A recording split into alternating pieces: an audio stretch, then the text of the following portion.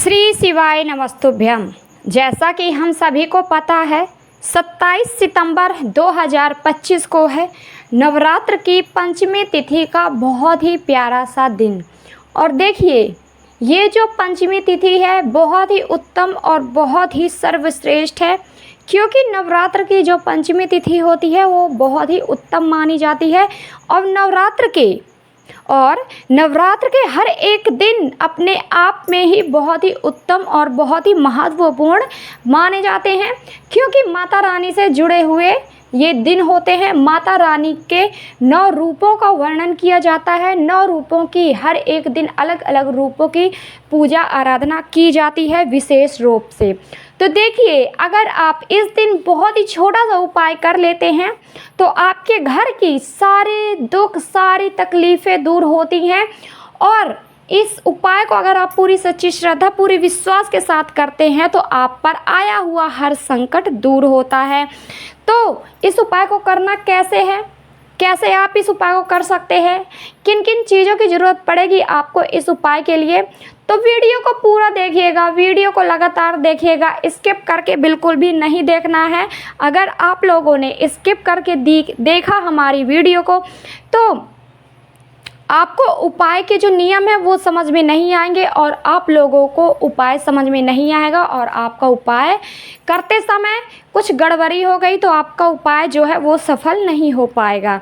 कुछ आपने गलत कर दिया गलती से भी तो वो उपाय आपका सफल नहीं होगा। देखिए इसलिए कहते हैं वीडियो को लगातार देखनी है और वीडियो को लास्ट तक देखनी है, ताकि आप लोगों को हर एक उपाय का तरीका आपको समझ में आ सके। तो हम बात करेंगे हमारे पहले उपाय की। हमारा जो पहला उपाय है 2 स्वास्तिक का निर्माण करना है आपको यहाँ पर। और इन स्वास्तिक का निर्माण कैसे करना है, किसकी सहायता से करना है, कहाँ पर निर्माण करना है 2 स्वास्तिक का निर्माण।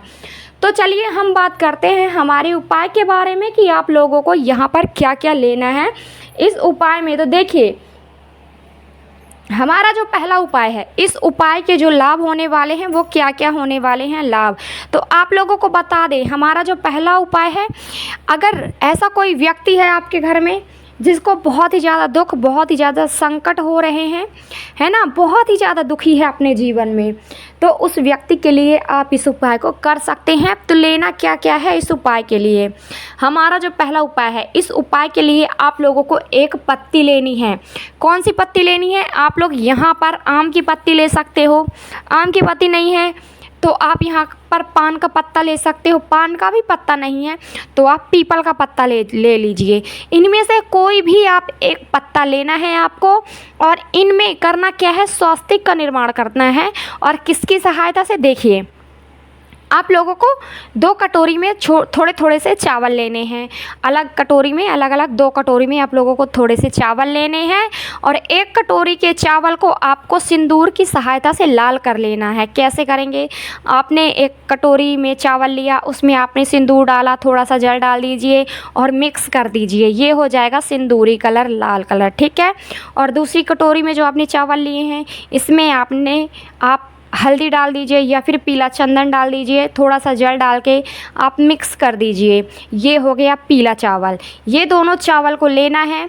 और यहाँ पर आपने जो पत्ता एक लिया है, चाहे वो आम का लिया हो आपने, चाहे पीपल का, और चाहे यहाँ पर आपने पान का पत्ता लिया है, उनमें 2 सिरों में आपको छोटे छोटे स्वास्तिक का निर्माण करना है। पहला आपने जिसमें आपने सिंदूर डाला था उस चावल को लेना है और उस चावल की सहायता से स्वास्तिक का निर्माण करना है।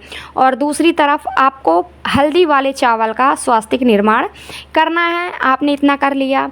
फिर हल्दी वाले नहीं, यहाँ पर आपने जो सिंदूर की सहायता से आपने स्वास्तिक का निर्माण किया है उसमें आपको हल्दी वाला चावल डालना है और हल्दी वाले स्वास्तिक के ऊपर आपको सिंदूर वाला चावल का छिड़काव करना है। कैसे, जो आपने सिंदूर के चावल का स्वास्तिक बनाया है उसमें आपको हल्दी वाला चावल डालना है और जिससे आपने हल्दी वाले चावल से स्वास्तिक निर्माण किया है उसमें आपको सिंदूर वाला चावल छिड़काव करना है। इतना आपने कर लिया। उस पत्ते को लेना है, उस व्यक्ति से टच कराना है। जो व्यक्ति आपके घर में बहुत ही ज़्यादा बीमार है, बहुत ही ज़्यादा दुखी है, उस व्यक्ति के हाथों से टच कराना है, उस व्यक्ति का नाम और गोत्र बोलना है और इस पत्ते को ले जाकर आपको अर्पित करना है। कहाँ पर अर्पित करना है? आपको तो पता ही है, नवरात्रों में माता रानी का जो निवास स्थान होता है वो होता है नीम का वृक्ष। तो नीम के वृक्ष के पास जाना है और आपको इस पत्ते को अर्पित कर देना है, उस व्यक्ति का नाम और गोत्र बोलते हुए और माता रानी से प्रार्थना करते हुए इस पत्ते को पीपल नहीं, नीम के वृक्ष के नीचे आपको अर्पित कर देना है। आपको माता रानी के स्मरण करना है, उनसे प्रार्थना करनी है। तो ये था हमारा बहुत ही छोटा सा पहला उपाय। आई होप आप सभी लोगों को समझ में आया होगा। तो हम बात करेंगे हमारे दूसरे उपाय की। अब देखिए, हम अपने दूसरे उपाय के बारे में बात करेंगे। हमारा जो दूसरा उपाय है, इस उपाय के लाभ क्या क्या होने वाले हैं। देखिए, हम जो आप लोगों को दूसरा उपाय बताएंगे, इस उपाय को करते हैं तो आपको धन से जुड़ी हुई समस्याओं का हल मिलता है। आपकी जितनी भी धन से जुड़ी हुई समस्याएं हैं वो दूर होती हैं, आपके पास धन आता है।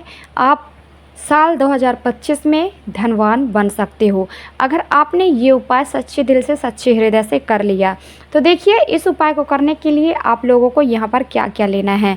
सबसे पहली जो चीज़ है, आप लोगों को यहाँ पर लेना है शहद।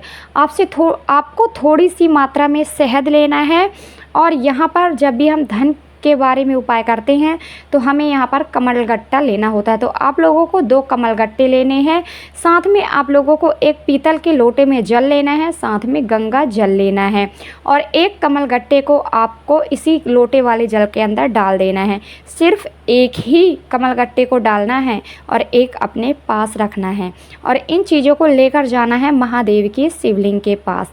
आपका जो फेस रहेगा उत्तर की दिशा रहेगा, है ना, नॉर्थ डायरेक्शन में आपका फेस होना चाहिए, है ना। और फिर सबसे पहले करना क्या है, जो आपके पास एक यहाँ पर कमलगट्टा है, कमलगट्टा को महादेव की शिवलिंग के ऊपर अर्पित करना है। महादेव की शिवलिंग के ऊपर रुक जाता है कमलगट्टा तो महादेव की शिवलिंग के ऊपर ही अर्पित करना है। यदि महादेव की शिवलिंग के ऊपर नहीं रुक पा रहा है कमलगट्टा तो महादेव की शिवलिंग के ऊपर टच करवा के माता अशोक सुंदरी के स्थान पर आपको रखना है। जब आप यह कमलगट्टा महादेव की शिवलिंग के ऊपर टच करवा रहे होगे तो यहाँ पर आपको रिद्धि सिद्धि का स्मरण करना है। किनका?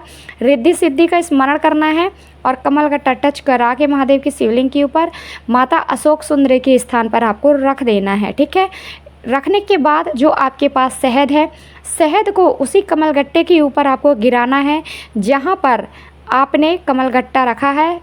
माता अशोक सुंदरी के स्थान पर उसी कमलगट्टे के ऊपर थोड़ा सा शहद गिरा देना है और इतना करने के बाद जो आपके पास 1 लोटा जल है, 1 लोटा जल आपको अर्पित करना है महादेव की शिवलिंग के ऊपर। पूरा जल अर्पित कर देना है और बाद में वह कमलगट्टा उठाकर अपने घर लाना है। कौन सा?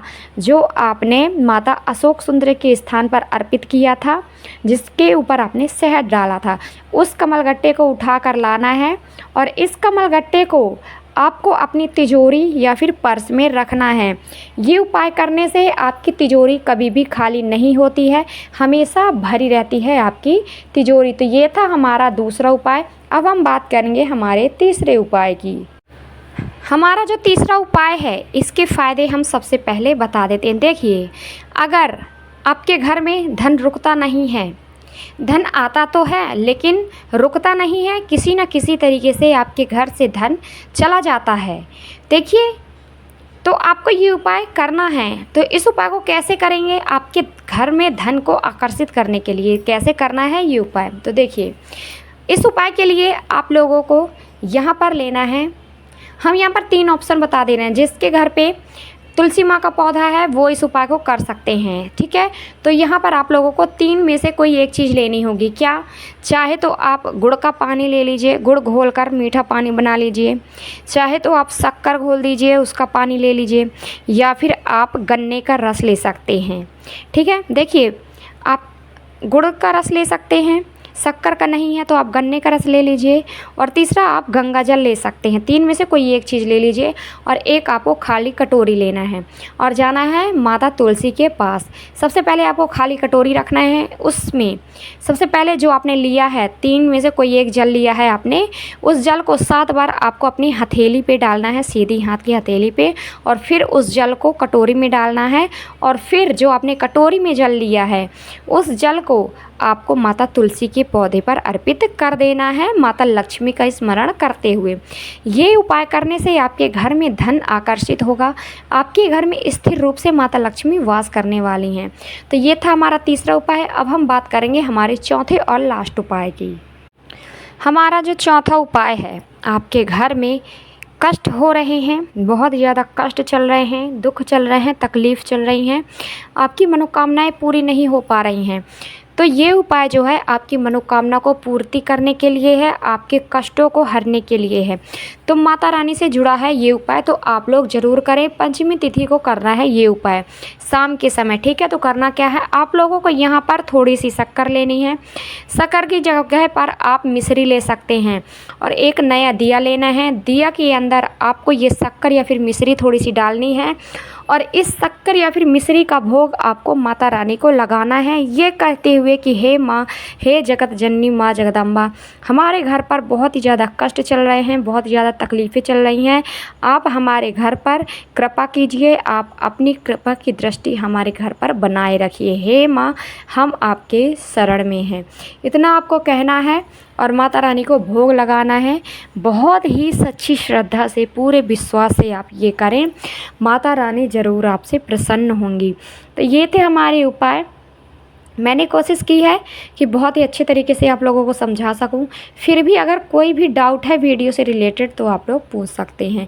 तो हम मिलते हैं हमारी नेक्स्ट वीडियो में। आपका दिन शुभ हो, मंगलमय हो, यही कामना रहेगी मेरी हमेशा ईश्वर से। हर हर महादेव, जय शिव शंभू, जय हो भोलेनाथ की, जय हो माँ लक्ष्मी की।